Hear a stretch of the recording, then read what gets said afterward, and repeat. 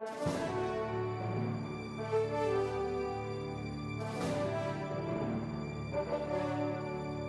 Honorable Ray Lawson Award for the Rotarian of the Year was introduced in 1975 under the presidency of John Aberhart.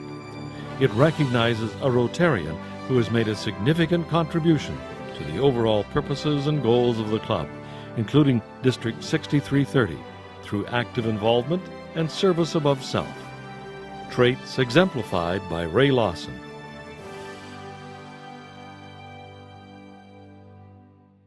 Ray Lawson was born in London on August 30th, 1886, to Frank Lawson, a newspaper reporter, and Lorena Hodgins, a former teacher. Frank dreamed of owning his own newspaper, and in 1882 he partnered with Harry Jones.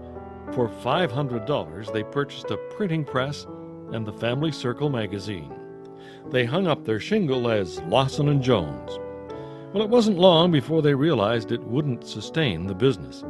They switched from publishing to specialty printing and became the first in Canada to manufacture druggists' labels, boxes, and cartons. The partners paid themselves $10 a week. Ray was a natural salesman. At 10 years old, he went with his father by horse and buggy to call on the towns and villages surrounding London, learning the basics of good customer service. Ray had no interest in becoming a printer. He enjoyed selling and left school at 17 to sell costume jewelry.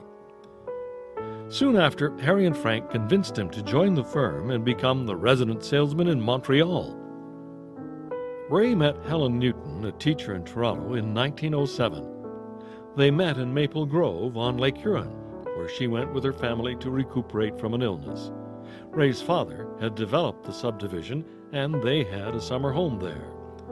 The 23-year-old printing salesman saw little chance of earning enough money to support a wife until he won a sales contest sponsored by one of the company's suppliers that included a trip to Europe. He married Helen Newton on June 30th, 1909, and off they went to Europe on their honeymoon. The Lawsons settled in Montreal.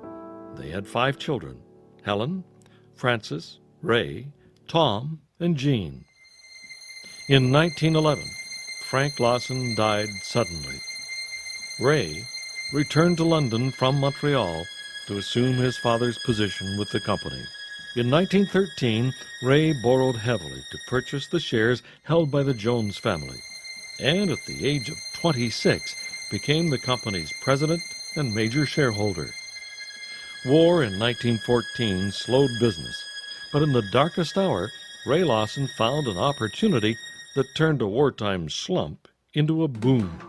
He said, "I was making a routine call on the advertising manager of Imperial Tobacco Company in Montreal in 1916 when he unexpectedly handed me a package of Gloria cigarettes. He asked if we could make the package. I said certainly, gave him an approximate price on $100,000, and he did not question it. The contract with Imperial Tobacco saw Ray Lawson debt-free by 1919, with sales passing the 1 million mark.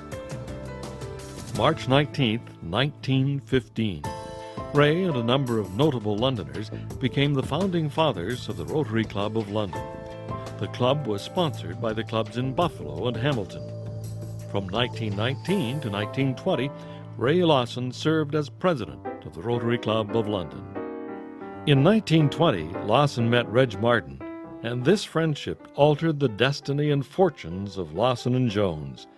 It became affiliated with the British firm Marsden, Son and Hall, owned by British American Tobacco. With heavy capital investment and technical improvements to printing, the company entered the boom years of the 20s and 30s.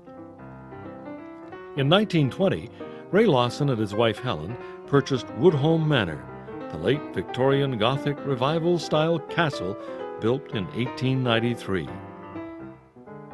Even during the Great Depression, with the continued investment in equipment, the company managed to maintain profitable sales, while many companies in Canada failed.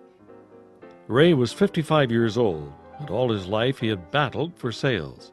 Now he was wealthy and became a vice president of the Royal Bank and Canada Trust, and a director of many companies such as Northern Life and Great Lakes Paper, 20 in all.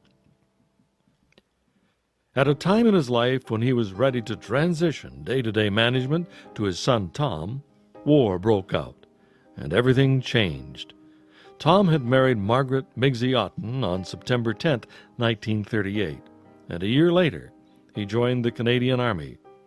Ray Lawson went to work as a $1-a-year man and was appointed by the Minister of Munitions and Supplies as President of Federal Aircraft Limited to manufacture the Avro Anson trainer for the RCAF to train aircrew under the British Commonwealth Air Training Plan.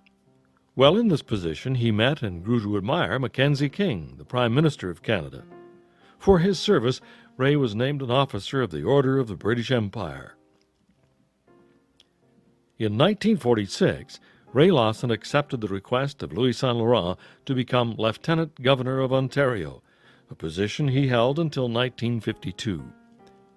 They purchased the Oakville estate called Ballymena, previously owned by William Eaton and named after the birthplace of Timothy Eaton. It became their permanent home. It's here that they entertained Princess Elizabeth and the Duke of Edinburgh, the Lord Mayor of London, and other lords and ladies. After the war, Ray noticed that many war veterans had not received their war decorations, so as Lieutenant Governor, they toured Northern Ontario in a private railway car, presenting awards, laying plaques, attending church services, and generally creating goodwill in the community. His son Tom was his aide-de-camp for these trips and also attended ceremonies in Queen's Park. In 1950, the Honorable Ray Lawson and his wife Helen, along with Tom and Migsy, were received by their Majesties at Buckingham Palace.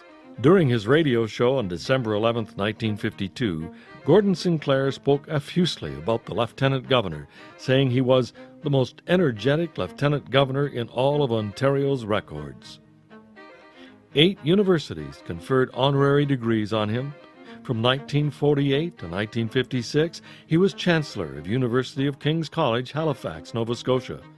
Founded in 1789, it was the first university to be established in English Canada.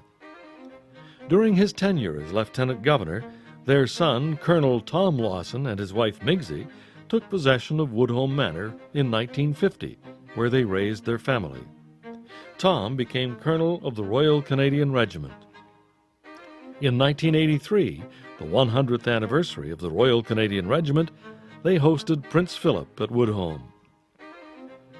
In 1949, Ray Lawson's son Tom served as president of the Rotary Club of London, and through his exceptional efforts, the Rotary Club of St. Thomas was formed.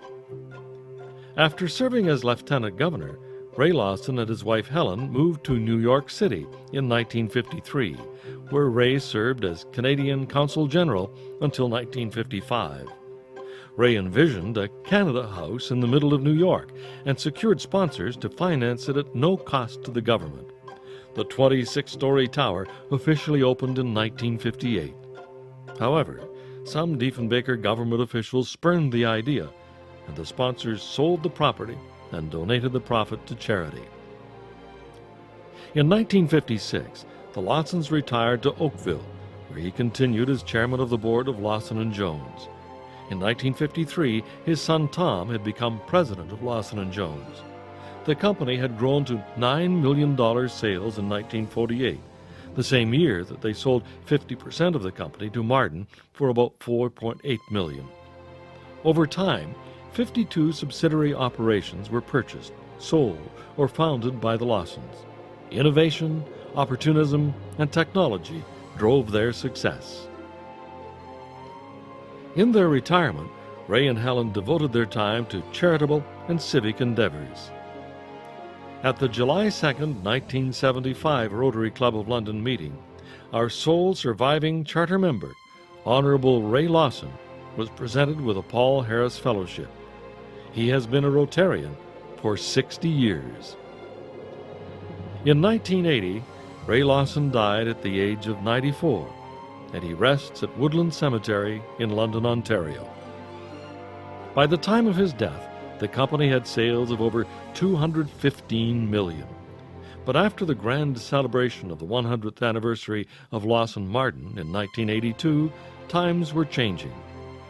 In November 1993, the New York Times reported Lawson Martin shares soar on takeover. In 1994, Canada's largest packing company was sold to conglomerate Elder Swiss Lonza. Ray Lawson was an active philanthropist throughout his life, and in 1956 he established the Lawson Foundation with assets of $100,000.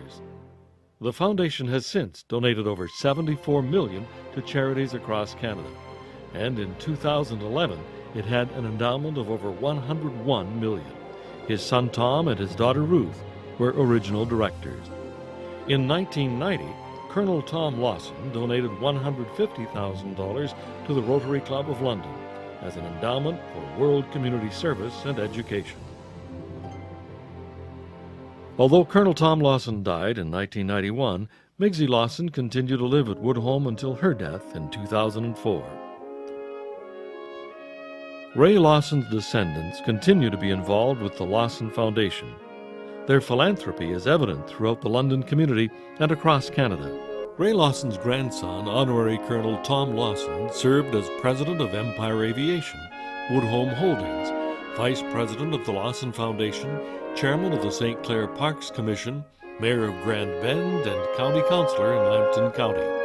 He remains active in the reserves and is an honorary snowbird. In October 2011, Tom was appointed to the board of directors of the First Nation Financial Management Board. In 2014, he was recognized for his community involvement in the Garrison Community Council, St. John Ambulance, and the Commissionaires and more when he was given the Jack Burkhart Service Above Self Award. Tom was the president of the Rotary Club of London in 1989. 3 generations of Rotarians, all of whom have served honorably as presidents. This is the legacy of the Lawsons to our club, and this is why every year a worthy Rotarian is recognized with the Honorable Ray Lawson Award.